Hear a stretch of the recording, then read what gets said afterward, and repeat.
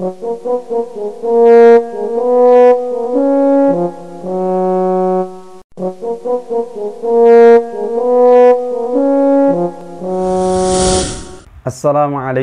warahmatullahi wabarakatuh. Bismillahirrahmanirrahim. Alhamdulillahirabbil alamin. Selamat pagi anak-anak semuanya, kelas 10 siswa SMK Negeri 1 Jember. Alhamdulillah hari ini akhirnya kita bisa berjumpa kembali dalam pembelajaran pendidikan agama Islam. Anak-anak, hari ini kita masih membahas tentang iman pada malaikat, yang mana pada pertemuan yang lalu kita sudah bahas materi awal dari iman pada malaikat. Sebagaimana kita ketahui bahwa malaikat adalah makhluk Allah yang tugasnya adalah untuk menjadi pembantu Allah dalam rangka mengurus kehidupan yang ada di alam semesta. Itu adalah malaikat. Lalu malaikat adalah satu-satunya makhluk Allah yang tidak pernah bermaksiat kepada Allah. Jadi malaikat itu tidak pernah sedikit pun melanggar aturan Allah. Tidak pernah. Atau bahkan dia lalai dalam menjalankan tugasnya, tidak. Itu malaikat Allah. Mengapa malaikat bisa seperti itu? Karena perbedaan makhluk Allah antara malaikat, manusia, dan setan, ya, itu salah satunya adalah malaikat itu hanya diberi oleh Allah, yaitu diberi akal. Dan akalnya malaikat itu hanyalah sifatnya statis.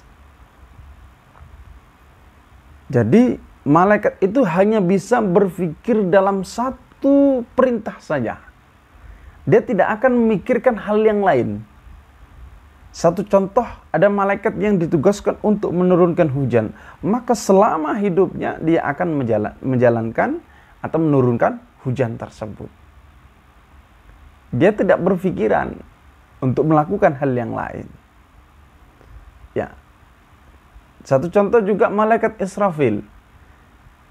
Malaikat Israfil tugasnya adalah meniup sangkakala. Dan sampai saat ini Allah belum perintahkan malaikat Israfil untuk meniup sangkakala. Maka malaikat Israfil pun tidak akan menjalankan. Maka dalam pertemuan kemarin banyak anak-anak yang tanya, terus malaikat Israfil ngapain sekarang, Pak? Nganggur. Ya, itu wallahu a'lam.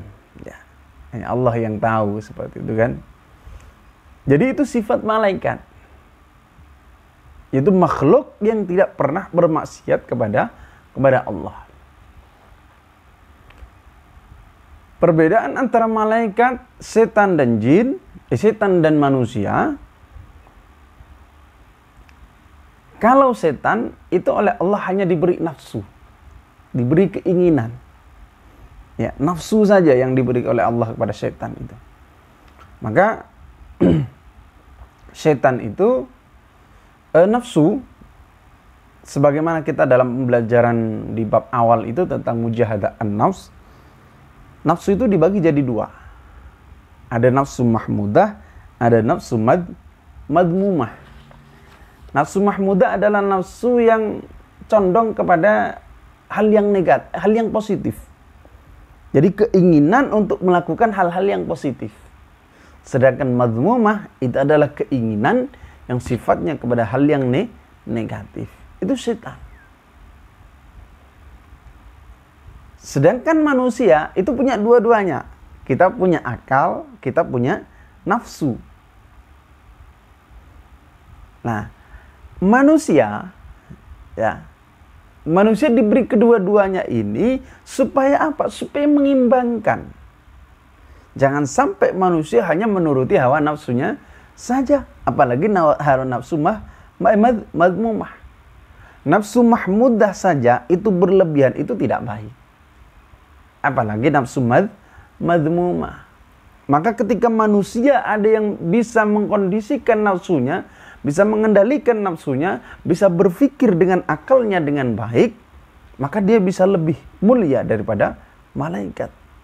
Manusia itu diberi akal oleh Allah, akal yang dinamis. Bisa memikir yang baik, memikirkan hal yang buruk, itu. Untuk memfilter apa yang menjadi keinginan dari nafsu tadi itu. Ya. Itu manusia. Maka kita sebagai hamba Allah yang dalam Quran Surat At-Tin itu, penciptaan kita itu penciptaan yang sangat sempurna gitu kan. Maka harus kita syukuri bagaimana kita bisa mengendalikan hawa nafsu kita dengan akal kita itu tadi. Akal yang diberi oleh Allah Subhanahu wa Ta'ala. Ya, kemudian jumlah malaikat. Ya. Jumlah malaikat itu dalam hakikatnya, jumlah malaikat itu tidak terhitung. Ya. Bahkan Nabi Muhammad SAW ketika Isra wal Mi'raj, ketika dia mampir di suatu tempat yang namanya Baitul Ma'mur, beliau melihat jumlah malaikat yang sedang sholat, yaitu sebanyak 70.000 malaikat. Itu artinya bahwa malaikat Allah ini jumlahnya tidak terbatas. Seperti manusia sama, seperti setan juga seperti itu. Hanya saja yang wajib kita ketahui adalah 10. Itu bisa dikatakan rajanya malaikat, seperti itu.